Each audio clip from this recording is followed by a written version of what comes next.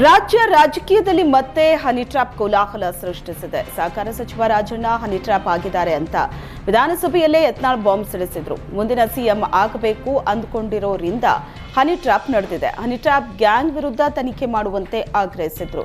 ಶಾಸಕ Yatnal honey trap ವಿಷಯ ಪ್ರಸ್ತಾಪಿಸುತ್ತಿದ್ದಂತೆ ಸಚಿವ ರಾಜಣ್ಣ ಎದ್ದು ನಿಂತು ಹನಿ ಟ್ರ್ಯಾಪ್ ಪ್ರಯತ್ನವನ್ನ ಒಪ್ಪಿಕೊಂಡ್ರು. ಹನಿ ಟ್ರ್ಯಾಪ್ ಪ್ರಯತ್ನ ಒಪ್ಪಿಕೊಂಡ ಸಚಿವ ರಾಜಣ್ಣ ಮತ್ತೊಂದು ಬಾಂಬ್ ಸಿಡಿಸಿದ್ದಾರೆ. 48 ರಾಜಕಾರಣಿಗಳ ಪೆನ್ ಡ್ರೈವ್ಗಳಿವೆ ಅಂತ ಮತ್ತೊಂದು ಗಂಭೀರ ವಿಷಯವನ್ನ ಬಿಚ್ಚಿಟ್ಟಿದ್ದಾರೆ. ನನ್ನ ಹನಿ ಟ್ರ್ಯಾಪ್ ಯತ್ನಕ್ಕೆ ಪುರಾವೆ ಇಟ್ಕೊಂಡಿದ್ದೀನಿ, ತನಿಖೆ ಮಾಡಬೇಕು ಅಂತ ಒತ್ತಾಯಿಸಿದ್ರು. ಆಗ ಸದನದಲ್ಲೇ ಗೃಹ ಸಚಿವ ಪರಮೇಶ್ವರ್ ಉನ್ನತ ಮಟ್ಟದ ತನಿಖೆಯ ಭರವಸೆ ಕೊಟ್ಟರು.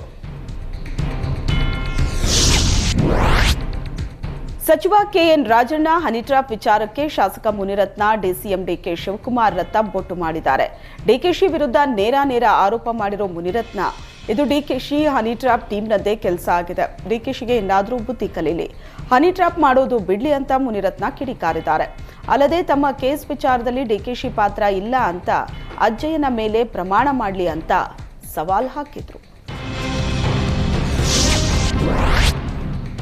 ಸಚಿವ ರಾಜಣ್ಣ ಹನಿ ಟ್ರ್ಯಾಪ್ ಷಡ್ಯಂತ್ರದ ಬಗ್ಗೆ ಸಿಬಿಐ ತನಿಖೆ ಅಥವಾ ನ್ಯಾಯಾಂಗ ತನಿಖೆ ಮಾಡಿಸುವಂತೆ ಬಿಜೆಪಿ ನಾಯಕರು ಆಗ್ರಹಿಸಿದ್ದಾರೆ. ಎಸ್ಐಟಿ ರಚನೆ ಮಾಡಿ ಕೇಸ್ ಮುಚ್ಚಿ ಹಾಕಬಾರದು ಎಂದ ವಿಜೇಂದ್ರ ಸರ್ಕಾರಕ್ಕೆ ಎಚ್ಚರಿಸಿದ್ರು. ಸದನದಲ್ಲೇ ಸಚಿವರು ಹನಿ ಟ್ರ್ಯಾಪ್ ಆಗಿದೆ ಅಂತ ಹೇಳಿಕೆ ನೀಡಿದ್ದಾರೆ. ಆದ್ರಿಂದ ಗೃಹ ಸಚಿವ ಪರಮೇಶ್ವರ್ ಇದನ್ನು ಗಂಭೀರವಾಗಿ ಪರಿಗಣಿಸಬೇಕಿದೆ. ಇದು ಕೇವಲ ಮುಜುಗರ ಮಾತ್ರ ಅಲ್ಲ, ಭಯ ಹುಟ್ಟಿಸೋ ಪ್ರಕರಣ ಆಗಿದೆ.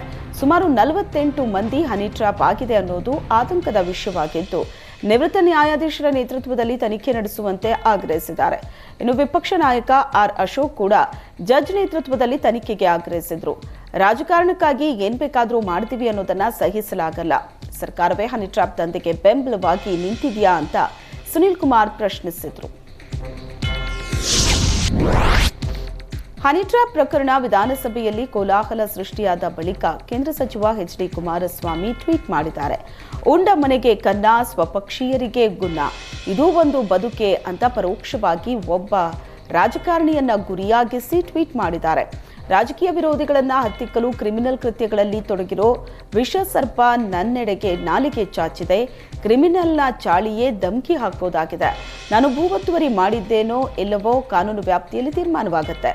ಈಗ ನನ್ನ ಮರ್ಯಾದೆ ವಿಷಯ ಇರಲಿ, ಇವತ್ತು ಸ್ವಪಕ್ಷೀಯರೇ ಈ ಮರ್ಯಾದೆಗೇಡಿಯ ಮಾನವನ್ನ ವಿಧಾನಸೌಧದಲ್ಲೇ ಹರಾಜಾಕಿದ್ದಾರೆ, ಅದಕ್ಕೆ ಉತ್ತರ ಕೊಡ್ತೀರಾ ಅಂತ ಪ್ರಶ್ನಿಸಿದ್ದಾರೆ.